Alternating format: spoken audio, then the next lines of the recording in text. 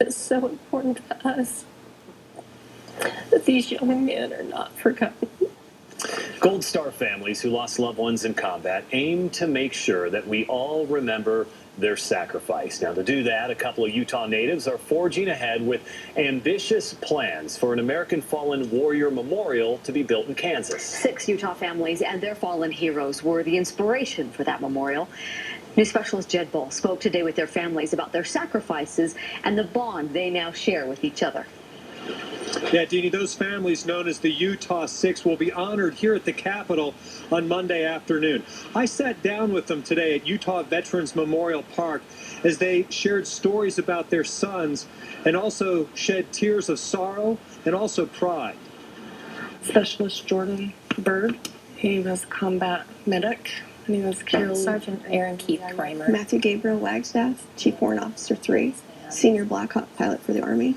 Most of us will never understand the swirl of emotions these parents feel.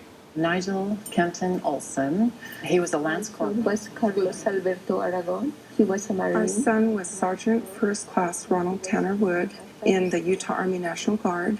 They all lost sons in combat in Afghanistan and Iraq. They are the true heroes. We are so bonded. There really aren't any words needed between Gold Star parents and children and families because we know the pain that each of us has gone through. It's the hardest thing that's ever happened to our family. These families and their sons are the inspiration for this 20-acre, $30 million project planned in Kansas to be funded with donations. It is the American Fallen Warrior Memorial. To remember the fallen, to let them never be forgotten. They've bonded over their boys, who they believe are a band of brothers now in heaven. I think the military offered a chance for him to do all the things that he felt were important in his life. Today, they support each other and other Gold Star families, Their family. even though they've never met each other's sons. I couldn't have made it through the last couple of years without these marvelous people. The families stress that there are more than 100 Gold Star families here in Utah and thousands across the country. Their sons and daughters have made the same ultimate sacrifice. They, too, will all be honored in the Fallen Warrior Memorial.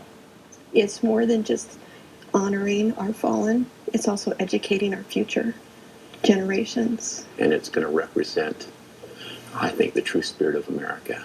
They hope many Americans will support the monument and always remember why their sons gave their lives.